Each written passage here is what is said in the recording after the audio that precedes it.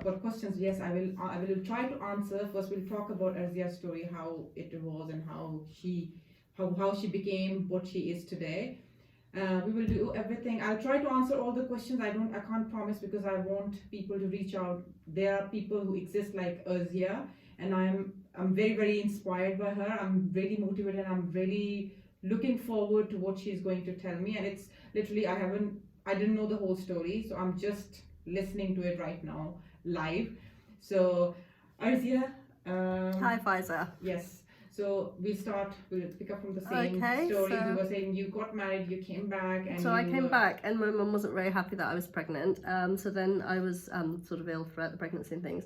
And then I had the baby, and I had postnatal depression. So I'm sure a lot of women have suffered with baby blues or postnatal depression after you've had a baby. I think it affects 10% of women, or possibly the figure's higher than that. You had a baby at 17. 16. I was still 16 when I had my eldest child. Okay. So it was a boy.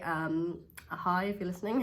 Yeah, so he was born in May 1996, and I had postnatal depression. So I was actually kept in the hospital for 5 days because I was a 16-year-old girl with a newborn baby, and they wanted to teach me how to look after him and things. I was actually very experienced already with babies and children because I've had 4 siblings that I looked after. I had 3 cousins that I used to go and help my auntie look after at the age of 10. So I used to go and babysit for her and help her look after. So I was experienced, but they still taught me. They made sure I knew. I got back home, and my mum wanted to take over completely. She was very, very controlling. She wanted to completely take over the care of the baby. Do you think she was trying to help you?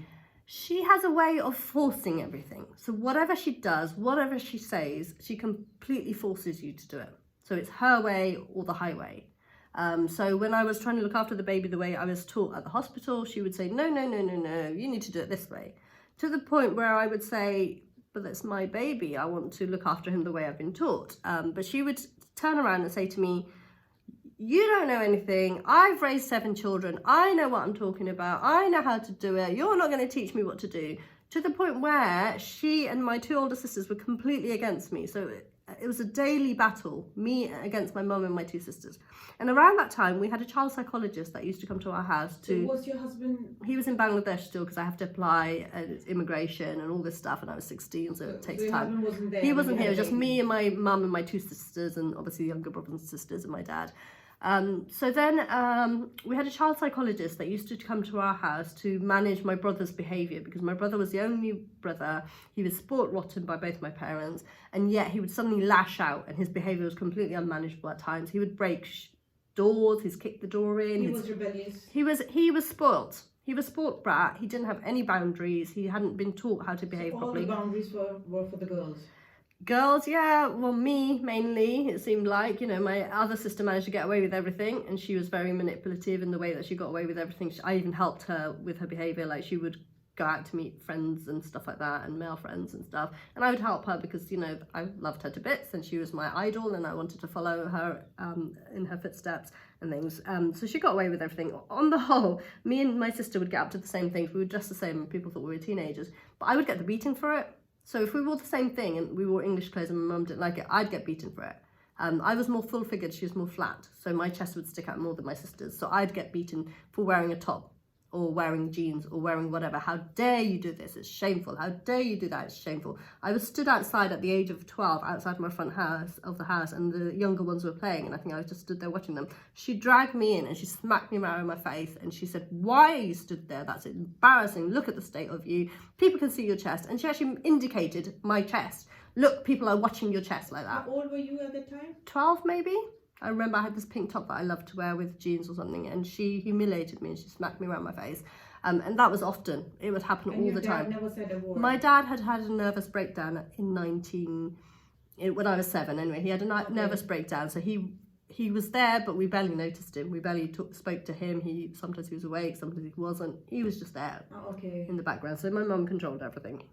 So then my brother, who was very, very misbehaving, he was either sport rotten or he was completely physically restrained. So it was one extreme to the other. He didn't know, he wasn't taught good behaviour, good boundaries, good, discipline. So when he completely went out of control, he would be held down and tied to the stair banister, and then chili powder would be rubbed on his face. And then our mother would stand back and laugh at him. Who used to do that? My mother would stand back and laugh at him writhing in pain with chili powder on his face. And he was about 6, 7 maybe at the time, and maybe a bit older, 7, 8. But he would be tied to the stair banister, and he'd be crying. What he did wrong? So, like, for example, once he kicked the door in, once he broke things, you know, like he would physically lash out, and then he'd become dangerous, like he could hit anybody. On the whole, when he hit us, we were told he should be allowed to hit us. Don't react, let him hit you. So he'd go and beat us, or he'd go and punch us, or he'd go and wallop us. But we had to put up with it. He was the youngest. He was not the youngest. I had a sister younger than him, so he was one of the youngest, second youngest.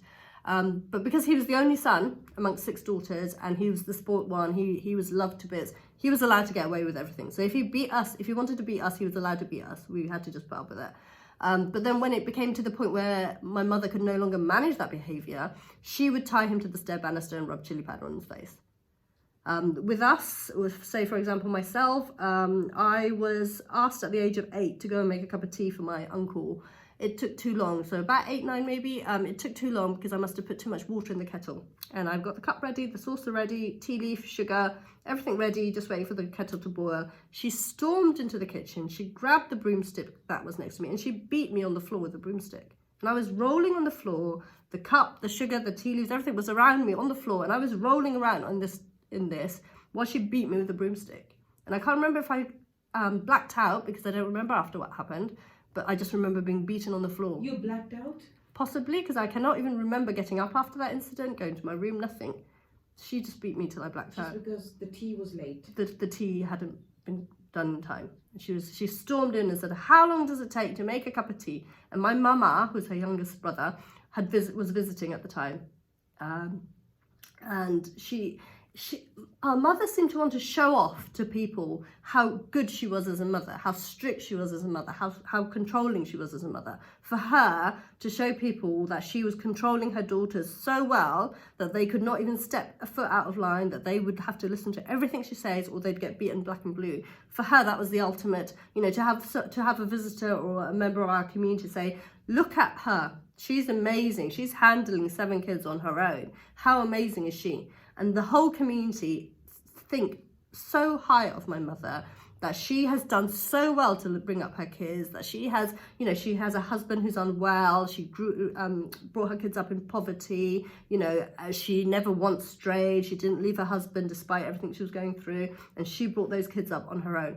What people don't see behind closed doors was how she treated us, and how we lived, and how we suffered. So your dad was not well, so he couldn't help out anything, and any other of your sibling who stood up against my 2 older sisters were in narc abuse and in domestic violence. We call the abuser, so it's usually a narcissist because of the behaviour that they exhibit, which is controlling and manipulating behaviour and so on, to get people to believe what they are saying and to do what they say. The people who help them are called flying monkeys, or enablers of abuse. So my 2 older sisters were her enablers. They allowed her to abuse me. They supported her in the abuse. They would talk for her. So if she couldn't speak much English, so they would do the interpreting for her. And they supported her. So throughout my whole life, so if we to go from 5 years old until the age of 16, when I was forced to get married, my mum and my sisters bullied me, humiliated me, degraded me, picked on me, hurt me physically. Nearly every day, I would lock myself in my room to avoid being bullied and hurt. Did you try to seek help when you were pregnant and you had a baby and you were in the house? You didn't have husband to support you with the baby either. So at the age of 16, when a child psychologist would come to our house to speak to my brother to try and manage his behaviour, because nobody could understand why this 6-7-year-old boy was lashing out and not listening and being so badly behaved, I finally, when I had the baby, I got really comfortable with this child psychologist, and we almost became friends, and I would sit there, talk to her and explain my brother's behaviour and things to her. So when I had the baby, she actually bought him an outfit, and I remember the outfit she bought him. It was a lovely outfit. It must have been from an expensive shop like Mother Care or Mamas and Papas and stuff, and it looked so cute. And she gave me this gift, and I thought, wow, that's so sweet. And then I felt comfortable to tell her, and I told her that my mum beats us. My mum ties my brother to the staircase and rubs chili powder in his face. That's why he misbehaves. That's why he's behaving like that. So as a result, that was reported to social services and they got involved. So how did my mum deal with that? automatically, almost immediately, she went to my GP and she told my GP that I was crazy, that I was completely lost the plot, that I wasn't taking medication, that I wasn't able to sleep, that I wasn't listening to anything, and that I needed looking up. So she waited at the GP surgery for me to go there with the baby. Were you in depression after pregnancy? I had postnatal depression. So I had baby blues or postnatal depression. So because I couldn't sleep, I was 16 years old trying to manage a baby nearly on my own because my mum wasn't being supportive. She wanted to completely either take control or she wouldn't help at all. So either I listened and let her take control or she wouldn't help. And my sister supported her. So I remember I was asking my sister for cream that I needed, and she was just horrible to me. She didn't want to find that cream for me. So I either completely listened to everything that she was saying, or I was on my own. So literally, I was on my own, and at the time, I was sleeping in the sitting room because I was put upstairs with my second sister, who just started a new job. She complained that I was up during the night looking after the baby, and she couldn't sleep. Then I was moved to the other room with my younger siblings, who had to get ready for school in the morning. Again, they were getting disturbed because I had to be up during the night with the baby. In the end, I was shifted to the sitting room. So I was sleeping on the sofa with a Moses basket next to me with the baby. So, so then I was completely on my own looking after this baby. When the social service So the social services launched an investigation into child abuse. So my mother went and got the GP to arrange an emergency psychiatric assessment on me. So in our sitting room, which was my bedroom as well, was where I was sleeping, my mum, my sister, the doctor, the midwife, the health visitor, the psychiatric consultant, psychiatric nurse possibly, the whole room was just crowded with these strangers that I've never ever met. I had no idea who they were, why they were there. I didn't understand any of it. I didn't know what was going on. And my mum and my sister convinced them that I was crazy and that I needed locking up. After the assessment, and they discussed it amongst themselves, and then they decided what they wanted to do. They actually said to me, right, you need to come with us now. You need to get your things, you need to come with us. And I didn't understand. I was like, what, where am I going? They said, you just have to come with us. So I packed nearly everything I could find of mine. I packed, and I had this huge suitcase that I'd taken to Bangladesh, and it was a massive, massive suitcase, and I just filled it with as much of mine and my baby stuff as I could. And when I left, I said goodbye to my dad. I didn't say goodbye to anybody else. I just said goodbye to my dad.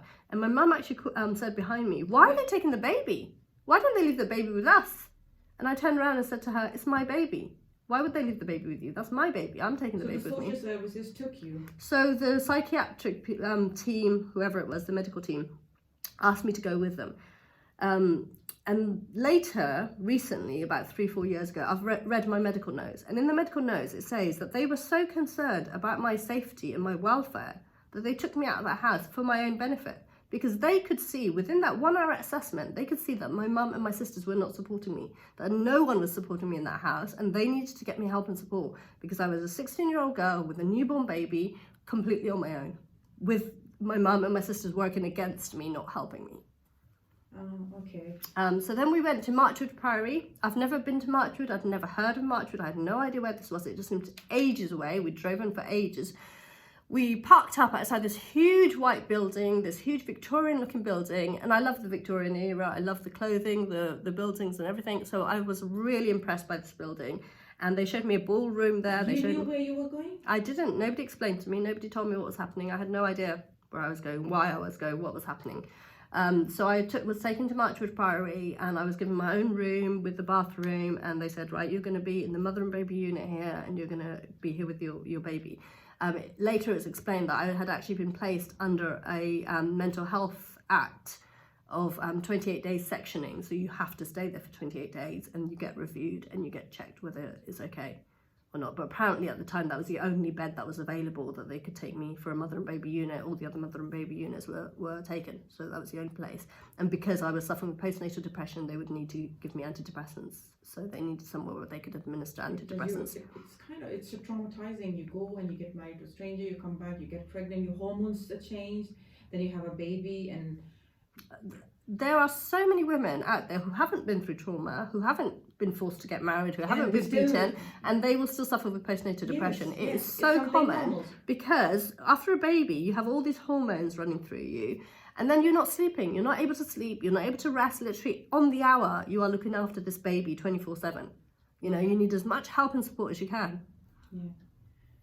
Yeah. So Arzia, after that, you stayed there 28 days. I can see tears in your eyes, but trust me, you are brave enough to talk about it. You are very brave, and you've been through this, and you're still trying to help. You're trying to help other people who are going through similar thing, and So I stayed there, and within a couple of hours, I think my mum had found out where I was. She got one of my sisters to ring, and the nurse came in to me and said, "Oh, your mum's on the phone, and she wants to find out where you are." And I actually said to the nurse, "Can you please not tell her it's a psychiatric unit?" And the nurse said, "Well, I can't. I have to tell her the truth. I'll have to explain that to her." And stuff. So she went back and told my mum, yes, she's in a psychiatric unit, and she's been thinking. So that was the proof my mum needed to go back to social services and have the allegations dropped of child abuse that I had reported to social services. She went back to them and said, well, she's crazy. She's been locked up in a psychiatric unit. She made it all up. My sisters corroborated that all of it was lies, that I just made it all up. None of it was true, and they dropped the case, and nobody looked into the. So it was your family just exaggerated the depression, and they said she is the one who. So my mum purposefully had me locked up in a psychiatric unit so she could have the allegations dropped to prove that I was crazy and I was making up these allegations. I was not making up the allegations. She used to beat us, and she used to torture us, and she used to hurt us physically, and and it was child abuse. She was the one who needed the help. She clearly needed some help. I do wonder whether she has Munchausen, because she tends to use other people's illnesses. For example, my dad's illness is my illness when I was locked up in the psychiatric unit. She will use that to garner sympathy for herself. So she would come to visit me in the psychiatric unit with my sisters, or with, say, an uncle that's not really an uncle, say it's my dad's second cousin or something, but we have to call him uncle. So one of my uncles came to visit me in the psychiatric unit in Marchwood Priory, and they will sit there and talk about me right in front of me like I'm some delusional crazy nutter, and I have no touch with reality. So I would be sat there being able to hear everything they're saying, be able to talk, because when they weren't there, I was talking to everybody. I was chatting to everybody, chatting to the nurses, making friends with the other people that were. The 28 days you stayed there. I was there. I had a good time. I enjoyed it. It was a lovely place. I met Michael Barrymore. I don't know, am I allowed to say that? I met some celebrities. I actually sat at the celebrity table and had dinner and lunch with the celebrities. I was a 16-year-old girl. I was as bold as anything. I saw an empty chair there. I thought, I know these people. These must be famous. Well, I don't even know if I knew they were famous. I just knew that they looked familiar. And I think I recognised. You were still 17 at that time. I was still 16. 16. I was still 16. How old was your baby? Was I 16? He was about a week or 2 weeks old. So I think my birthday is officially the end of May. So it may have been that I've just turned 17. I can't remember now, possibly. So I just walked up to this celebrity table with the spare chair, and I said, is this chair taken? And before they could even answer, I just sat down with my lunch and started eating. And they were all looking at each other thinking, oh my God, who's this girl has just come up to us and just sat down? And I just sat there and chatted to them and ate. And then I sat there a few more times as well with them and stuff, and they would laugh with me, they would chat with me, they would joke with me. So you were taking care of your baby there? And I was looking after my baby. I was, I was doing art there. I was making friends. I was chatting to all the nurses. In my medical notes, it says how well I looked after my baby. I could do everything myself. I didn't even like them doing things for my baby. I wanted to do it myself because it was my baby. Very independently. I knew how to look after babies. I knew how to look after children. So you were discharged from there. So then I can't remember exactly how long. What would happen was towards a bit later on, I would be allowed to come home for home visits.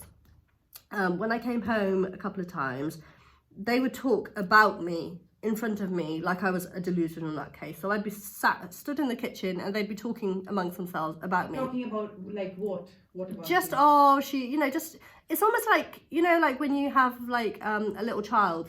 So a 2-year-old child, and parents are talking about the child, or friends are talking about the child. That's how it was. So I would be there in the room. So I was a 17-year-old girl. I could understand, I could talk, I could hear, I was intelligent, articulate, and they were talking to me like I was a 2-year-old child or a disabled person who had no mental capacity, anything. And they would be talking over me as opposed to at me. So I then refused to stay in the same room as them. When I went home, I would sit in the sitting room while they were talking about me in the kitchen.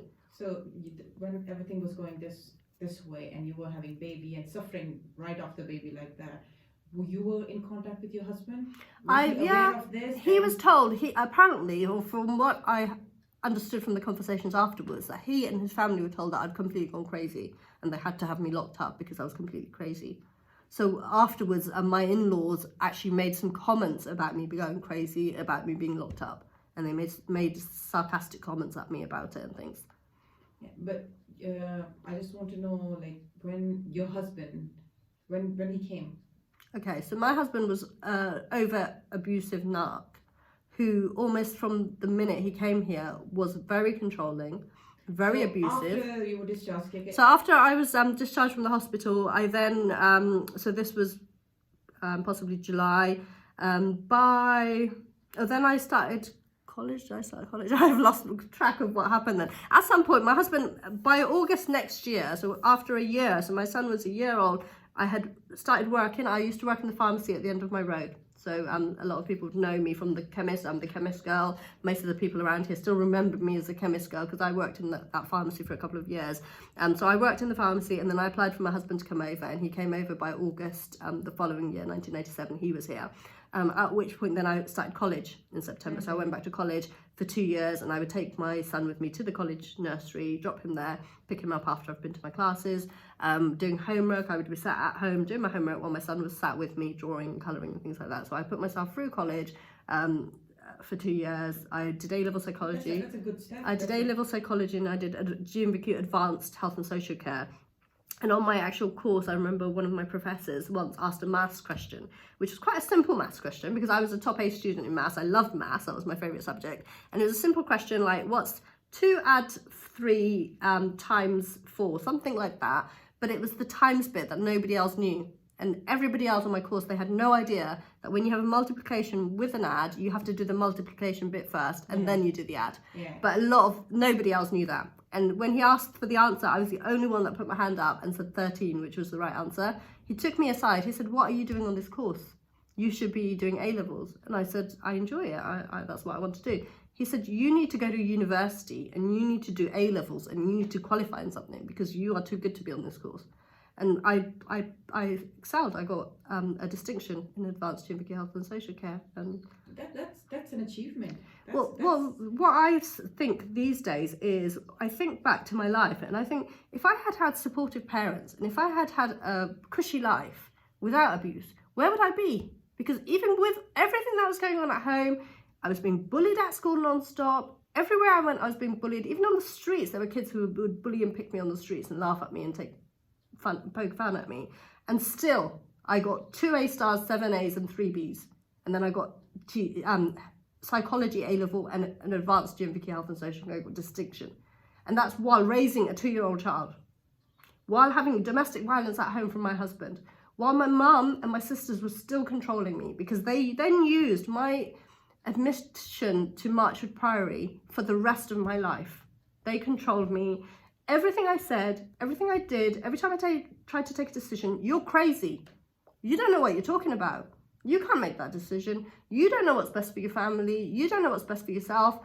My mum wanted to decide everything. My mum wanted to control me. For 12 years, I suffered in that marriage with domestic violence, being beaten, being raped, being controlled, being humiliated, he was obsessive, he was controlling, he was psychotic, he would completely flip at the most stupidest things.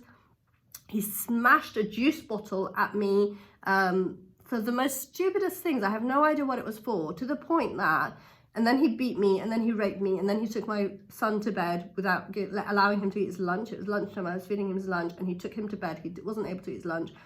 He wouldn't let me get out of the flat. He kept the door locked, so he stood and blocked my way so I couldn't escape. And then he went to bed with my son. So by the time everything had finished, I was so exhausted and so spent, I had no more energy. And then I thought, I can't live like this. My mum won't let me escape. Every time I went back to her and said that he's abusive, she would send me back and she'd say, "What are people going to say? It's shameful. You can't divorce him. You can't leave him. What are people going to say? You have to make this work." So I actually ran to her house. She was in Bangladesh at the time, so it was an empty house. I had a key to her house. And I ran to her house and I got as much medication as I could from my dad's cupboard, and I overdosed and tried to kill myself.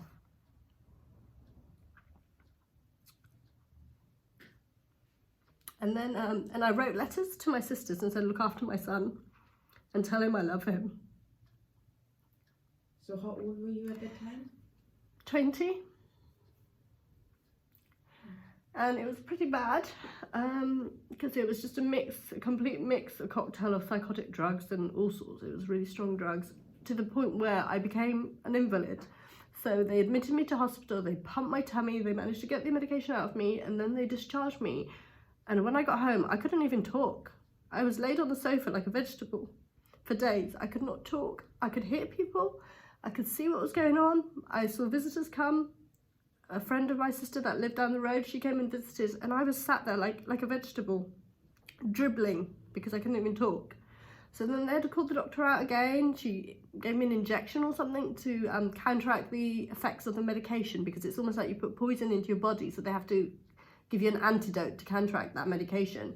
And then after a few days I got better and stuff, but that was scary. I remember my elder sister was there and she said, don't do that again, that's so scary. You know, I didn't know what to do, I didn't know how to help you. How was your mother's reaction? My mum was in Bangladesh at the time. When she came back, the first thing she said to me is, how dare you do that?